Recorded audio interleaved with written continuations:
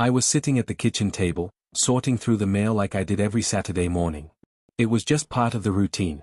Bills on the left, junk mail on the right, anything that looked important in its own little pile in the middle. My coffee was still steaming, the sun streaming through the window in soft, golden streaks, and the radio murmured in the background. It should have been just another day. But then I saw the statement. At first glance, it looked like any other credit card bill. Dates, vendors, amounts, a few splurges here and there.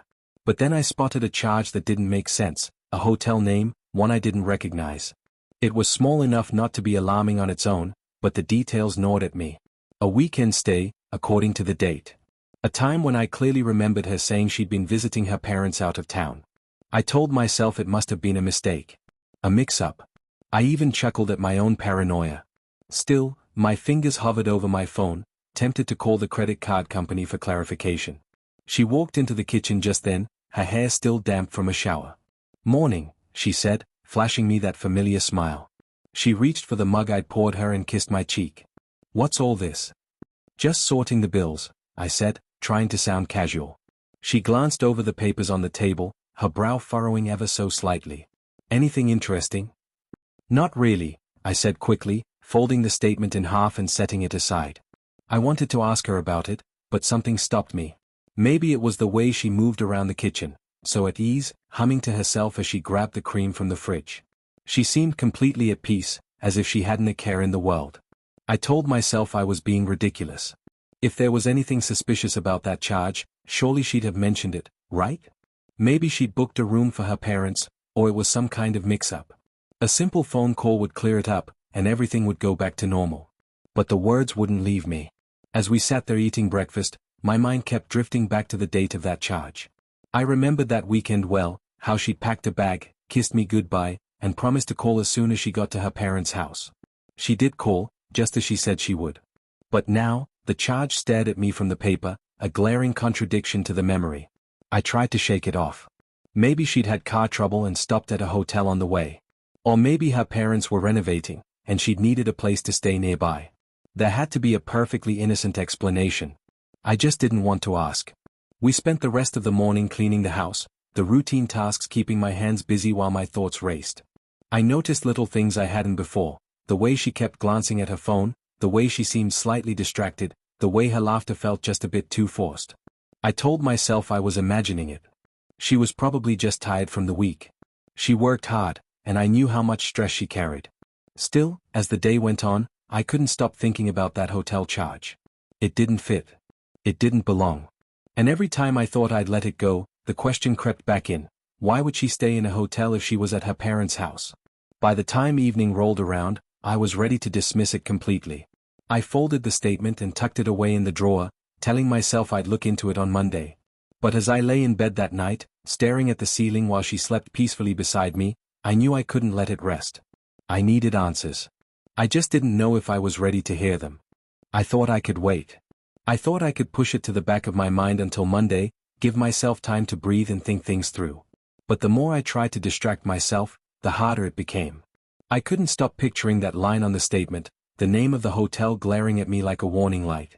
Sunday morning came, and she was as cheerful as ever, chatting about what we should do that day, maybe a trip to the farmer's market, or a walk in the park. Her voice was light, her smile easy. She made us both coffee and handed me my cup, sitting across from me at the kitchen table. She was so at ease, so natural, that I started to wonder if I'd made a mistake. Maybe I'd misunderstood the charge. Maybe it wasn't even hers. "Do you feel like pancakes?" she asked, tilting her head. "Sure," I said, though my appetite wasn't really there. She got up to grab the pancake mix, humming as she moved around the kitchen. I watched her for a moment, trying to shake off the unease. She wasn't acting guilty. She wasn't acting like someone with a secret. Maybe that was the answer. There was no secret, no mystery. Just me, overthinking things. But then, just as she turned to reach for a bowl, her phone buzzed on the counter. It was subtle, barely more than a faint vibration, but it caught my attention. She glanced at it briefly, her smile flickering, before quickly flipping it over so the screen was out of sight. My stomach tightened again. "Who's that?" I asked, trying to keep my tone casual. "Oh, just work stuff," she said lightly, not turning around. "Nothing important." Her voice was steady, but her movements were a little too quick now. The way she reached for the eggs, the way she stirred the batter, there was something just slightly off. My chest felt heavy, and I had to force myself to take a deep breath. Busy day at work tomorrow? I asked, testing the waters. She nodded. Yeah, a few meetings in the morning, some calls in the afternoon. Same old, same old. I sipped my coffee, watching her carefully. Maybe it really was just work. She'd always been good at her job, always getting messages from colleagues at all hours. But something about the way she flipped her phone over so quickly stuck in my mind. It felt like she didn't want me to see who was texting her. I told myself to let it go. There was no point in bringing up the credit card charge now. We were having a nice morning. Pancakes were on the way. I didn't want to ruin it. But as we ate breakfast, I couldn't stop glancing at her phone on the counter, face down and silent.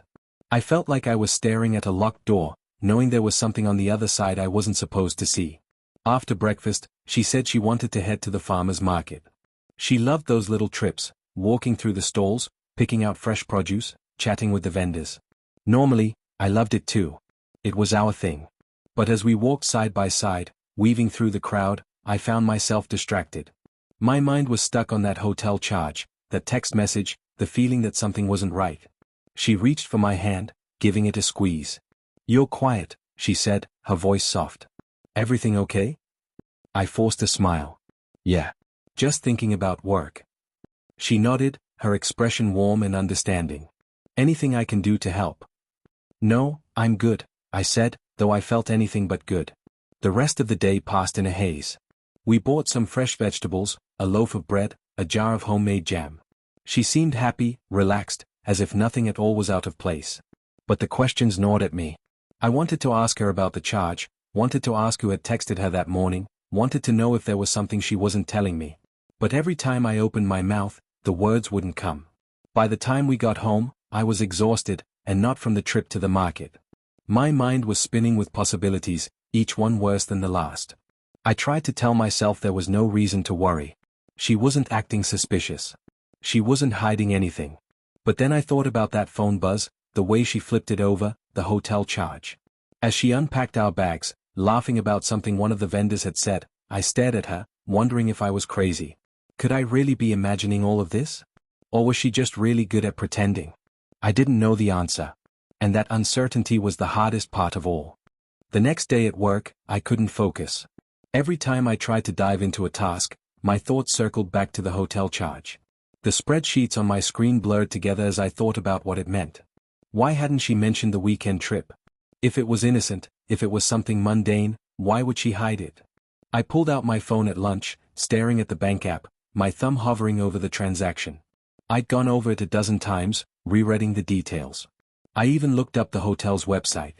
It wasn't some rundown place where you'd crash during a road trip. It was nice, upscale, the kind of spot you'd book for a getaway.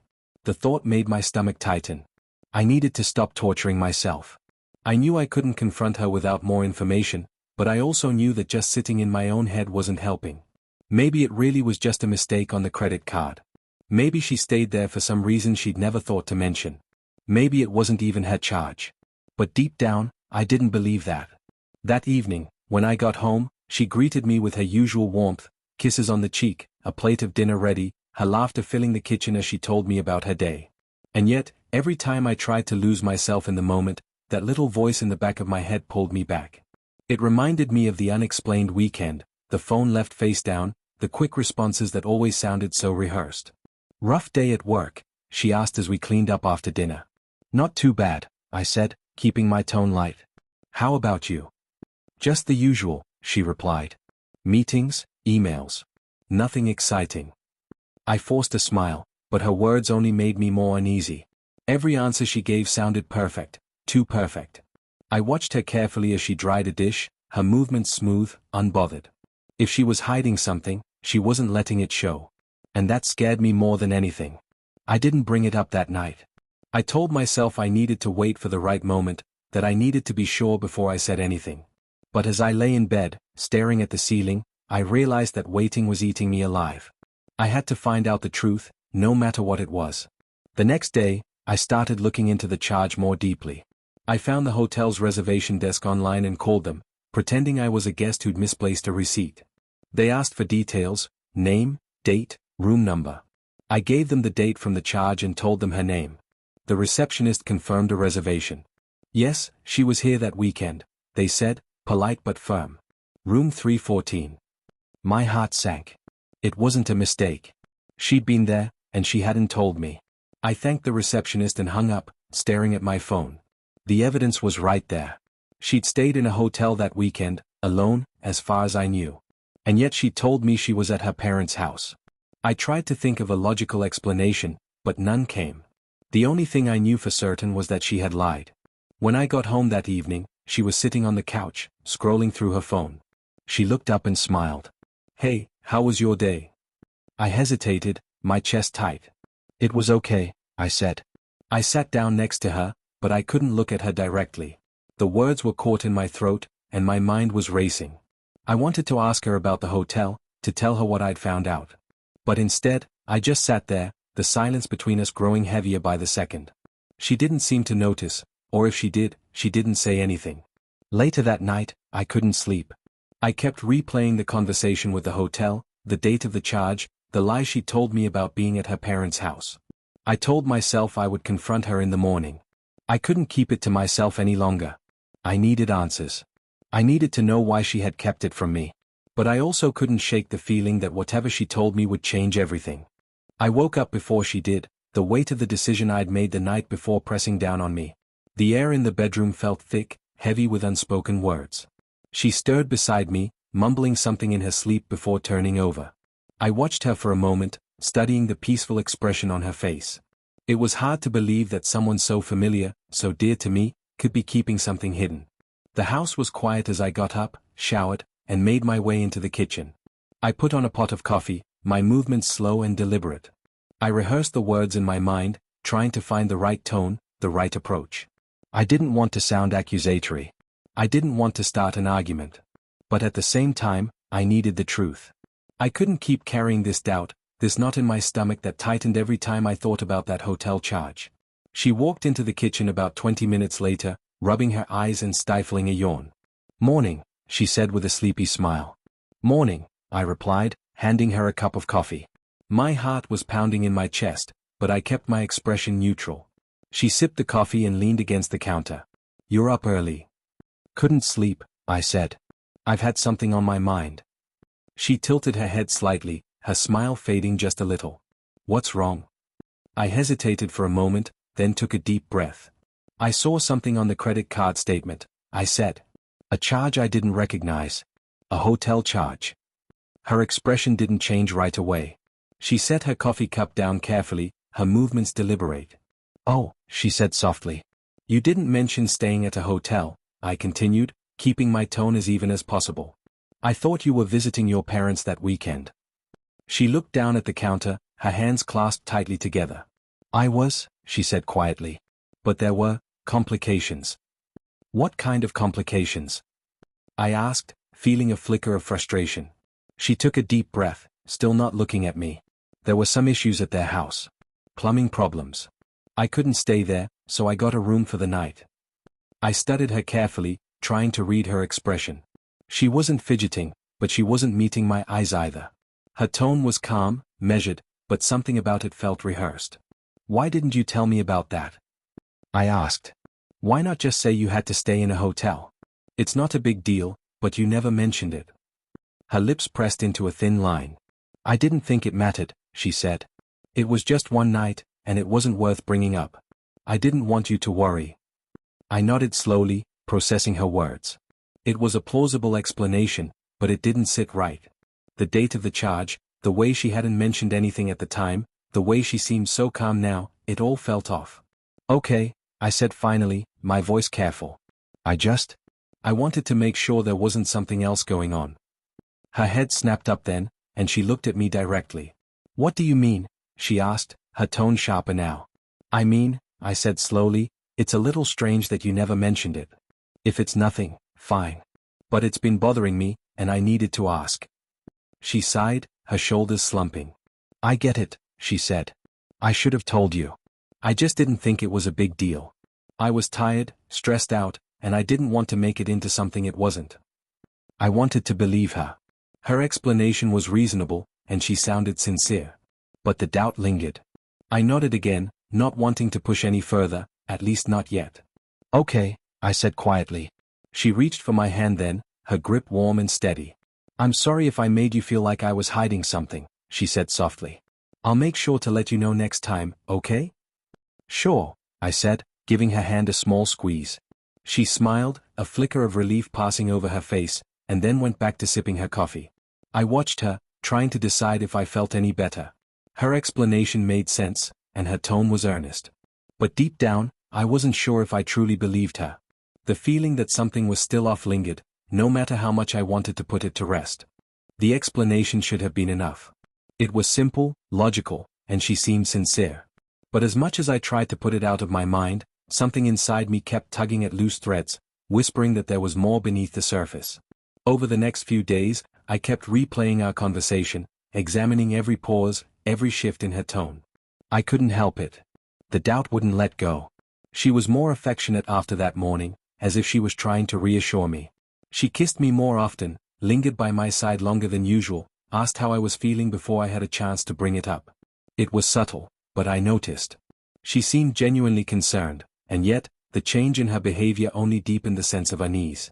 If it was truly nothing, why did she suddenly feel the need to prove it? One evening, after dinner, she mentioned a work event coming up over the weekend. "It's just a networking thing," she said, shrugging. "Shouldn't take more than a couple of hours." I nodded, trying to sound casual. "Do you want me to come along?" She smiled, but it was a little too quick. "No, it's boring, honestly.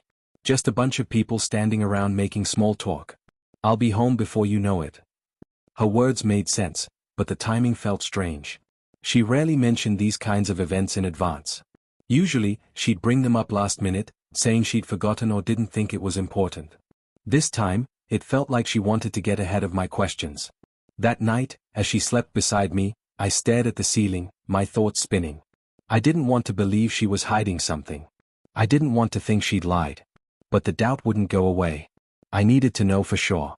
The next morning, after she left for work, I pulled out the credit card statement again. I stared at the hotel charge, memorizing the date, the time, the name of the hotel. I decided to go there. I wasn't sure what I was looking for, but I needed to see it for myself. When I arrived, the lobby was quiet, the air filled with the faint scent of citrus and fresh flowers. I approached the front desk, my heart pounding. A cheerful clerk greeted me with a smile. "Hi," I said, trying to sound calm. "I stayed here a few weeks ago and misplaced my receipt. Could you pull it up for me?" "Sure," the clerk said, typing on the computer. "What's the name and date of the stay?" I hesitated before giving her name and the weekend in question. The clerk nodded, clicking a few more times. "Ah, here it is," she said. "Room 314. Check-in was Friday evening, check-out Sunday morning. Would you like me to print the receipt?" My stomach dropped. It was exactly what I feared. She'd been there the whole weekend. Not one night. The whole weekend. And she hadn't told me. "No, that's okay," I said quickly. "I just needed to confirm it. Thanks." I walked out of the hotel, my hands trembling. It was real. She'd stayed there, and she'd lied about it. The explanation she'd given me at home wasn't true. There was no plumbing issue at her parents' house. There was no sudden emergency. She had planned it, and she had hidden it. Driving home, I tried to process what I'd just learned. If it wasn't a mistake, then what was it? Why had she gone to that hotel? Who was she with? The questions spiraled, each one more painful than the last. When I got home, I sat in the car for a long time, staring at the front door. I didn't know how to bring it up again. I didn't know how to ask her why she'd lied without tearing everything apart. But one thing was clear, I couldn't keep pretending everything was fine. I had to confront her. I had to know the truth. I sat on the couch waiting for her to come home, the room dark except for the faint glow of the streetlights filtering through the blinds. I had planned out what I would say, every word, every question, every possible way the conversation could go. But as the minutes passed and I heard her key turn in the lock, my confidence wavered. My stomach churned, and the weight of what I'd discovered pressed down on me. She walked in, smiling like it was any other evening. "Hey," she said, setting her bag on the table. "How was your day?" I couldn't bring myself to match her warmth. "We need to talk." Her smile faded. "Okay. What's going on?" I gestured for her to sit, and she hesitated for a moment before lowering herself onto the armchair across from me. She looked concerned now, her hands folded tightly in her lap. "You're scaring me. Just tell me what's wrong."